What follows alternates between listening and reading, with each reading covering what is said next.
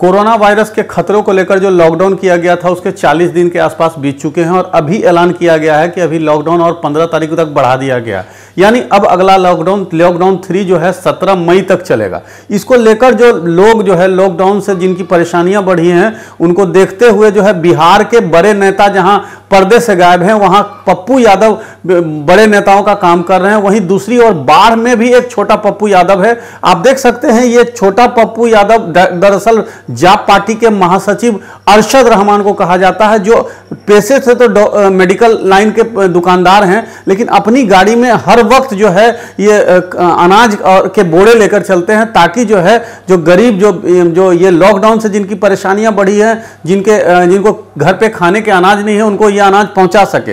हालांकि इनके ऊपर एक आरोप भी लगता है ये मुसलमानों को देख देख कर अनाज देते हैं, लेकिन जब हमने पड़ताल की तो ये ब्राह्मण और जाति के लोगों को भी अनाज देने का काम करते हैं। तो निश्चित तौर पे ये सरासर गलत है। अब जहां पर जो जिन लोगों को वोट लेना है, जिनको विधानसभा लोकसभा चुनाव लड़ने हैं, वो तो इस पर्दे से गायब हैं, गरीबों को मदद करने से नादारत हैं। लेकिन वहीं दूसरी ओर जिनको वार्ड कमिश्नर तक का चुनाव लड़ने का कोई इरादा नहीं है, वो भी आज पर्दे पर आकर के लोगों का मदद कर रहे हैं और ऐसे में जो है इनकी मदद सराहनीय कही जाएगी। बाढ़ से आपकी आवाज के लिए वीडियो जर्नलिस्ट कमालुद्दीन की रिपोर्ट।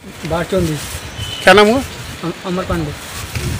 पंडित जी, मतलब कहीं से कोई व्यवस्था नहीं हो पा रहा है। ये अभी जो दौर चल रहा है हिंदू मुसलमान का, ऐसे में आपको स्वजातीय लोग मदद नहीं करते? नहीं। कहीं सरकारी अनाज वगैरह कुछ नहीं।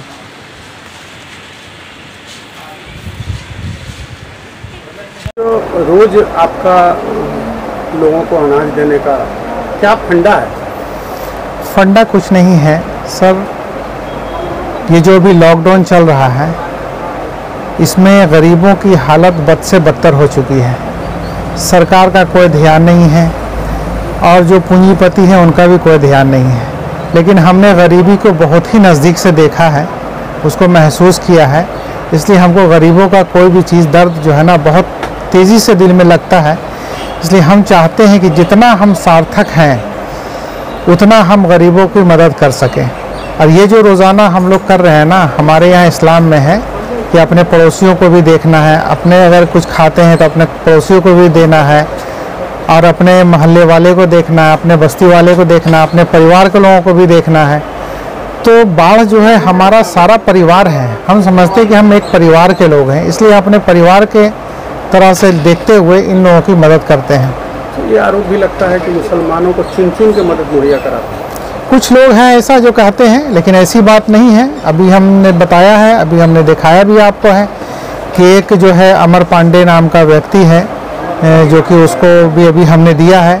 और कल भी जो है हमने 3 ऐसे गरीब हिंदू परिवार को दिया था जो बिल्कुल निसहाय था, उसको सहायता की अति आवश्यकता थी, लेकिन वो दूसरे से मुंह नहीं खोल रहे थे और बहुत ही दबी ज़बान में उसने हमसे कहा था।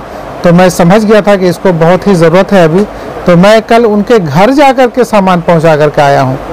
ये एक तरफ आपके पार्टी के राष्ट्रीय अध्यक्ष पप्पू यादव बरसात में पटना डूबा हुआ था, बच्चे जो है कोटा में फंसे, कहीं उन्हीं के राह पर तो नहीं चल रहे हैं? कोई चुनाव लड़ने का तो नहीं रहा? नहीं, चुनाव लड़ने का तो कोई इरादा नहीं है, लेकिन हाँ हमारे नेता जो हैं माननीय पूर्व सांसद पप्पू यादव जी एक सच्चे समाज सेवी हैं और मैं भी उन्हीं का एक सेवक हूं, मैं उन्हीं का एक सिपाही हूं और मैं उन्हीं की तरह लोगों की सेवा निस्वार्थ भाव में करना चाहता हूं। और कोई आपके पार्टी से लोग नहीं दिखते हैं बाढ़ में?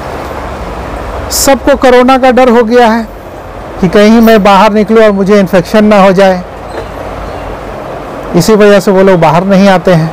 क्या इरादा आगे इसी तरीके से? आगे बिल्कुल इसी तरीके से हमारे कानों तक, चाहे वो किसी भी जाति का हो, किसी भी समाज का हो, किसी भी धर्म का, सामान लेकर चलते हैं। हाँ, गाड़ी में हम इसी तरह सामान लेकर के चलते हैं। जहाँ जिसको ज़रूरत होती है उसको हम वहाँ पे सामान देते हैं। हम ये नहीं देखते हैं कि वो कौन से जाति से बिलोंग करता है। हम इंसानियत के नाते हम इंसानियत का धर्म निभा रहे हैं।